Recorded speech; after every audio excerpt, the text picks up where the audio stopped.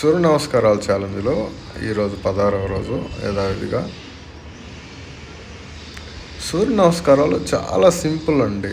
ఒక 12 ఆసనాలతో కూడుకున్న ఒక రిథమిక్ వేలో ముందుకెళ్లాల్సి ఉంటుంది.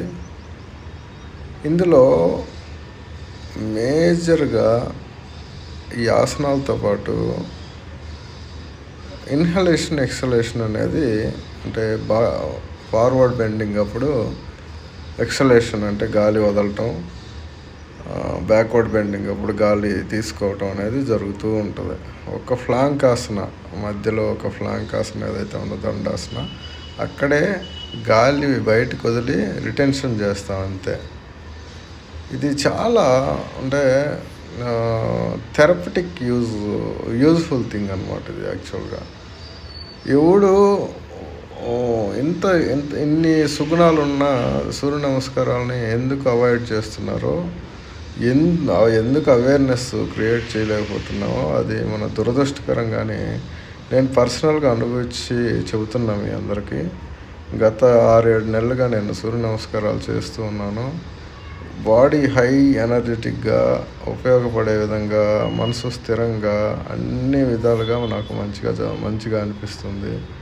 ప్రతి ఒక్కరూ, నా వయస్సు గల వ్యక్తులు ప్రతి ఒక్కరూ, 35 సంవత్సరాల నుంచి 45 సంవత్సరాలు ప్రతి ఒక్కరూ ప్రతి ఇంట్లో సూర్య నమస్కారాలు ఆచరించాల్సిన సమయం ఆసన్నమైంది. ఎందుకంటే ప్రతి ఒక్కడు హాస్పిటల్ లేకపోతే టాబ్లెట్లు లేని ఇల్లే లేదండి. అది చాలా దురదృష్టకరమైన విషయం. అది పల్లెటూరులోకి కూడా పాకిపోయింది. ఆ విధంగా ఉండకూడని సమాజాన్ని మనం తయారు చేసుకున్నాం అనవసరంగా. రోజుకి ఒక గంట ఆరోగ్యాన్ని సంపాదించడానికి కేటాయిద్దాం, మిగతా 23 గంటలు డబ్బును సంపాదిస్తానికి కేటాయిద్దాం. ఏం పోయింది మనకి? ఆరోగ్యం డబ్బు కంటే వాల్యూ కదా.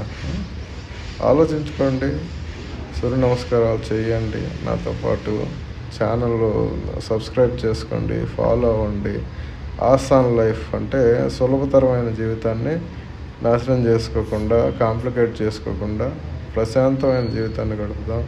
నేను పూర్తి వివరాలు ఇస్తూ ఉంటాను, రోజు అప్డేట్ చేస్తూ ఉంటాను. Thank you very much. చివరి దాకా వీక్షించండి, అసలు ఓపిక ప్రదర్శించండి.